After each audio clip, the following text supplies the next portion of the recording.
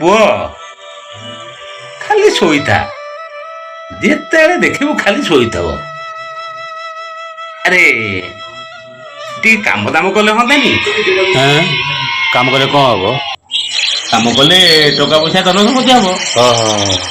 ଟଙ୍କା ପଇସା ଧନ ସମ୍ପତ୍ତି ହେଇଗଲେ କଣ ହବ? ଆରେ ଧନ ସମ୍ପତ୍ତି ହେଲେ କୋଠା ବାଡି କିଣିବୁ, ଗାଡି ମଟର କିଣିବୁ। ତାପରେ ତାପରେ ତୁ ବାହା ହବୁ, ତୋର ପିଲା ଛୁଆ ହେବେ। ସେ ପିଲା ଛୁଆ ବଡ ହେଲା ପରେ ସେମାନଙ୍କୁ ତୁ ବାହା ତୋଳା କରିବୁ। ତାପରେ ତାପରେ ତାପରେ ତୁ ବୁଢା ହବୁ।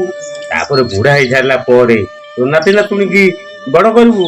ନାତି ନାତୁଣୀକି ବଡ କରି ସାରିବା ପରେ ଯାଇକି ତୋର ସବୁ କାମ ଶେଷ ହେଇଥିବ। ତାପରେ ତୁ ଯାଇକିରି ଆରାମସେ ଶୋଇବୁ।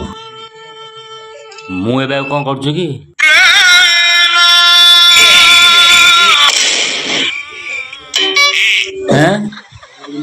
କଣ କରୁଛି କହୁନ? ମୁଁ ଏଠି ଆରାମରେ ଶୋଇଛି।